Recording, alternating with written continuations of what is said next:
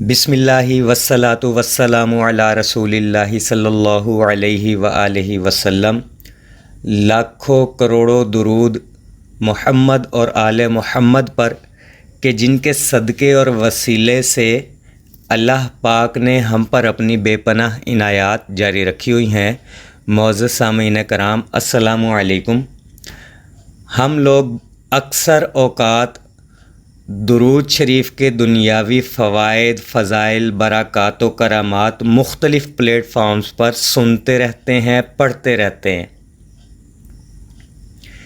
دنیاوی فوائد و فضائل سے مراد کہ کس نے درود پڑھا، اس کی حاجت کیسے پوری ہوئی، قرض کیسے دور ہوا، بیماری سے شفا کیسے مل گئی، بے اولاد صاحب اولاد کیسے ہو گیا، یہ واقعات اکثر سننے کو، پڑھنے کو ملتے رہتے ہیں۔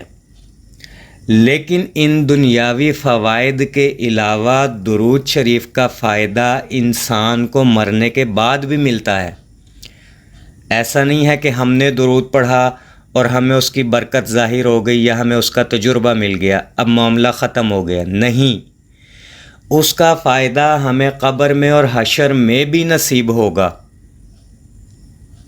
امام احمد رضا رحمۃ اللہ علیہ کے والد ماجد اپنی کتاب سرور القلوب میں لکھتے ہیں کہ ایک شخص کو اس کے انتقال کے بعد کسی نے خواب میں دیکھا اور حال پوچھا کہ مرنے کے بعد تم پر کیا گزری؟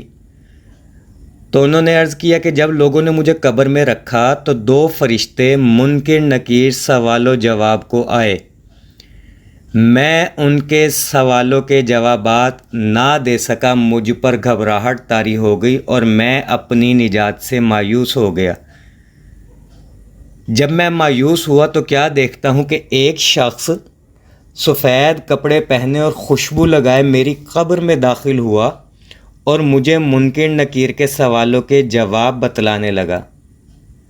بس جب اس سے نجات ہوئی تو میں نے قبر میں آنے والے اس شخص سے پوچھا کہ آپ کون ہیں کہ اس بے یار و مددگاری کی حالت میں آپ نے مجھ بے کسی کی داد رسی فرمائی، میری مدد فرمائی؟ تو اس نے جواب دیا کہ میں تیرا درود ہوں جو تو دنیا میں پڑھا کرتا تھا، اور مجھے حکم ملا ہے کہ میں قیامت تک تیرے پاس ہی رہوں اور ہر مصیبت میں تیری مدد کروں۔ بہار درود کی صفحہ نمبر 37 پر یہ واقعہ درج ہے اور سرور القلوب میں بھی یہ واقعہ لکھا ہوا ہے۔ اور یہ تو کتابی واقعات ہیں نا۔ ہمارے گروپ کی ایک خاتون ممبر ہے، ہو سکتا ہے میں نے یہ مشاہدہ پہلے بھی آپ کو سنایا ہو یہ خواب۔ انہوں نے مجھے میسج کیا تھا کہ میری بہن سخت بیمار ہے تو مجھے کوئی درود بتائیں پڑھنے کے لیے۔ تو میں نے انہیں کہا کہ درود خضری 1.25 لاکھ کی نیت کر کے پڑھیں۔ تو کچھ عرصے بعد ان کا میسیج آیا اور کہنے لگی کہ ڈاکٹرز نے میری بہن کو جواب دے دیا تھا، لیکن میں نے بہن کی شفا یابی کے لیے 1.25 لاکھ کی نیت کر کے درود خضری پڑھنا شروع کیا، لیکن جیسے ہی درود پڑھنا شروع کیا تو طبیعت اور خراب ہوتی گئی اور ان کا انتقال ہو گیا۔ تو اس بات کا مجھے اتنا صدمہ ہوا، اتنا دکھ ہوا کہ میں نے درود پڑھنا شروع کیا تھا بہن کی شفا یابی کے لیے اور اس کا انتقال ہو گیا۔ اس دکھ کی کیفیت میں نے درود پڑھنا ہی چھوڑ دیا، اور جب درود پڑھنا چھوڑا تو ایک شب خواب دیکھا کہ میری بہن بہت ہی اچھی حالت میں ہے اور مجھے کہہ رہی ہے کہ باجی آپ نے درود پڑھنا کیوں چھوڑا؟ آپ کے درود پڑھنے کی وجہ سے میری قبر کی کافی منزلیں آسان ہو گئی تھیں۔ میرے ایک دوست ہیں، وہ بھی اپنا ایک خواب سنا رہے تھے کہ میں نے اپنے نانا ابو کو خواب میں دیکھا کہ گھر کے مین گیٹ سے اندر گھر میں داخل ہوئے، سفید رنگ کے کپڑے اور سفید ٹوپی پہنی ہوئی ہے اور بڑا نورانی چہرہ۔ تو جب میں نے انہیں گھر میں داخل ہوتے دیکھا تو میں رونے لگ گیا اور روتے ہوئے پوچھا کہ کیا آپ فوت نہیں ہو چکے؟ تو انہوں نے کہا ہاں میں فوت ہو چکا ہوں۔ تو میں نے پوچھا آپ پر کیا گزری؟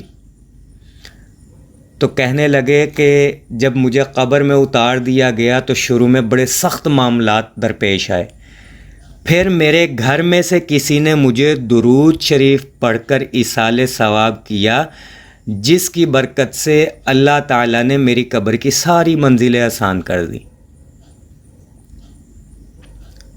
تو میرے عزیزو، یہ درود کا جو ساتھ ہے نا، یہ صرف اس دنیا تک نہیں ہے، صرف دنیاوی معاملات تک نہیں ہے، ہم نے اس کو پریشانیوں تک، مسئلوں کے حل تک رکھا ہوا ہے۔ ہم دور اندیشی سے کام نہیں لیتے، ہم آگے کی نہیں دیکھ رہے کہ درود کا پڑھنا دنیا میں بھی کامیابی کی ضمانت ہے اور قبر اور حشر میں بھی کامیابی کی ضمانت ہے۔ ایسے لا تعداد واقعات موجود ہیں درود کی برکت پر کہ کس طرح سے قبر میں درود پڑھنے والے کی مدد کرتا ہے، اپنے پڑھنے والے کی۔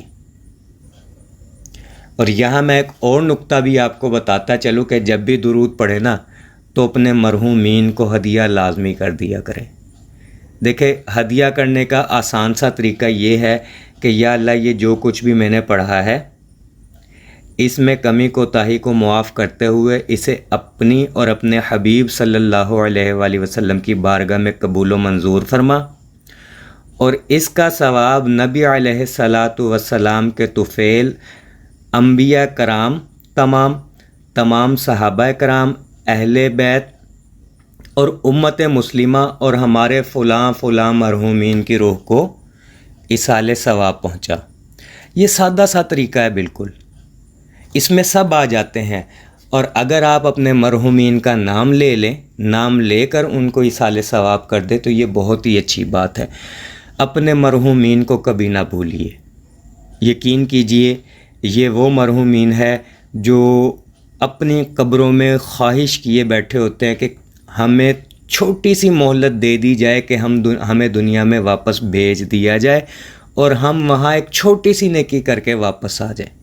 لیکن ان کے پاس اب ٹائم ختم ہو چکا ہے، ان کے پاس اب ٹائم ختم ہو چکا ہے، لیکن آپ کے پاس تو ہے نا، آپ کے پاس وقت ہی وقت ہے۔ اپنے لیے تو پڑھ ہی رہے ہیں، اس کا ثواب اپنے مرحومین کو بھی پہنچائیں۔ یہ قبر میں بڑا کام آتا ہے۔ یہ آپ کو ہو سکتا ہے کہ یہ محض ایک کہانی لگ رہی ہو، یا جیسے عام روٹین میں انسان باتیں کرتا ہے وہ باتیں محسوس ہو رہی ہوں، لیکن اس کا اندازہ اس وقت آپ کو ہوگا جب آپ لوگ خود اپنی قبروں میں اتریں گے۔ مرنا تو برحق ہے نا، ہر ذی روح نے موت کا ذائقہ چکھنا ہے، تو اندازہ اس کا تبھی ہوگا جب آپ اپنی قبروں میں اتریں گے۔ پھر آپ کہیں گے کہ ہاں، کسی نے ہمیں صحیح بات بتائی تھی کہ درود پڑھنا دنیا میں بھی کامیابی کی ضمانت ہے اور قبر اور حشر میں بھی کامیابی کی ضمانت ہے۔ تو دنیا میں درود پڑھیں، کثرت سے پڑھیں، اپنے لیے، اپنے مرحومین کے لیے، امت مسلمہ کے لیے۔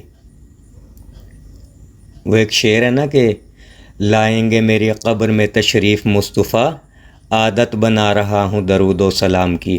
تو یہاں پر درود و سلام کی عادت بنا لے، قبر کی منزلیں آسان ہو جائیں گی۔ دعا گو ہوں کہ اللہ پاک ہم سب کو کثرت سے درود شریف پڑھنے، پڑھوانے، لکھنے، لکھوانے اور اس کی اشاعت و تبلیغ کرنے والا بنائے۔ صلی اللہ علی محمد، صلی اللہ علی محمد، صلی اللہ علی محمد۔ السلام علیکم۔